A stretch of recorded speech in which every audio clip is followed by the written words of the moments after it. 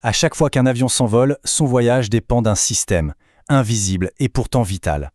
On pourrait l'appeler son système nerveux.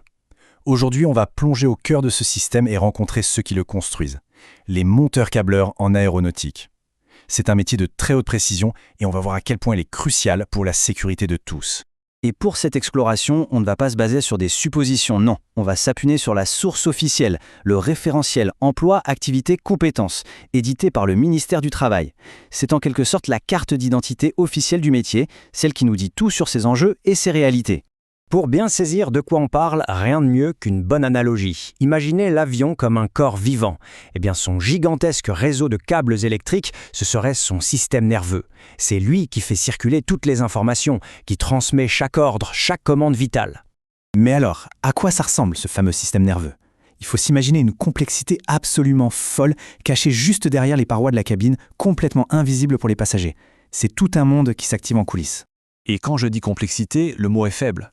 On parle de milliers de kilomètres, oui, des milliers de kilomètres de câbles qui parcourent l'avion de bout en bout. Chaque petit fil est comme une artère qui transporte une information critique, que ce soit pour les moteurs, les commandes de vol ou les instruments de navigation. Et le monteur-câbleur, eh bien, c'est le gardien de ce réseau. Et là, on touche vraiment au cœur du métier. Ici, l'erreur n'est tout simplement pas une option. Le référentiel est on ne peut plus clair là-dessus. Chaque geste, la moindre connexion, a un impact direct sur la sécurité et la fiabilité de l'avion. L'enjeu est maximal et il n'y a pas de deuxième chance. C'est pour cette raison qu'un acronyme de 3 lettres est au centre de toutes les attentions. FOD, pour Foreign Object Debris. En gros, c'est le pire ennemi du monteur-câbleur. Une vis qui tombe, un bout de fil qui traîne, un outil oublié, un petit rien peut avoir des conséquences absolument désastreuses. Du coup, la propreté, la rigueur, le suivi des procédures, ce ne sont pas des suggestions, ce sont des obligations vitales. Ce qui est fascinant, c'est que le quotidien de ce technicien se divise en fait en 2 univers, 2 atmosphères de travail qui n'ont presque rien à voir l'une avec l'autre. D'un côté, on a l'atelier. C'est l'environnement calme, contrôlé, presque un laboratoire. Le technicien est souvent seul, assis, et il a besoin d'une concentration absolue pour fabriquer ce qu'on appelle les harnais électriques. Et de l'autre côté, l'avion lui-même. Là, c'est tout l'inverse. C'est un travail d'équipe, dans des espaces souvent très étroits, parfois dans des positions, disons, acrobatiques, pour installer ou réparer ces mêmes harnais dans la structure de l'appareil. La fabrication d'un harnais, c'est un rituel d'une rigueur quasi militaire. Tout commence par une préparation au millimètre de chaque composant, c'est le kitting. Ensuite vient la phase de réalisation sur un gabarit d'une précision chirurgicale. Après, on ajuste si besoin. Et pour finir, une étape fondamentale, l'autocontrôle. Le technicien vérifie son propre travail et tout, absolument tout, est documenté pour assurer une traçabilité parfaite. La sécurité avant tout. Mais attention, aujourd'hui, pour être un bon monteur-câbleur, avoir des mains en or ne suffit plus.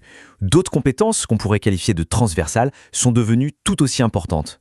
Le document officiel met l'accent sur 3 piliers. Le premier, et on ne le dira jamais assez, c'est le respect absolu des règles. Le deuxième, c'est cette capacité à constamment évaluer son propre travail, à s'auto-contrôler en permanence. Et le troisième, bien sûr, c'est la maîtrise des outils numériques qui ont envahi l'atelier. Et je veux vraiment insister sur ce premier point. Ce respect qui peut paraître obsessionnel des procédures, ce n'est pas de la paperasse pour le plaisir, non.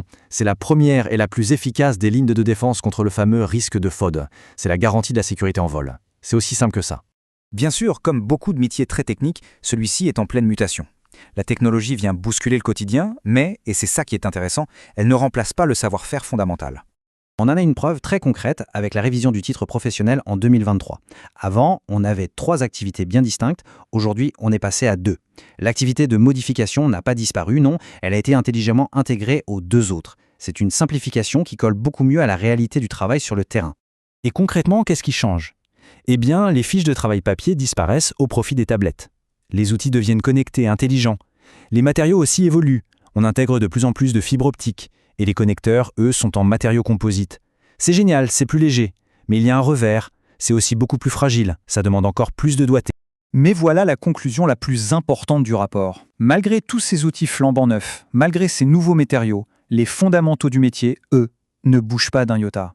La technologie, c'est un support fantastique, un allié, mais elle ne remplacera jamais la rigueur, la dextérité et surtout l'immense conscience professionnelle du technicien.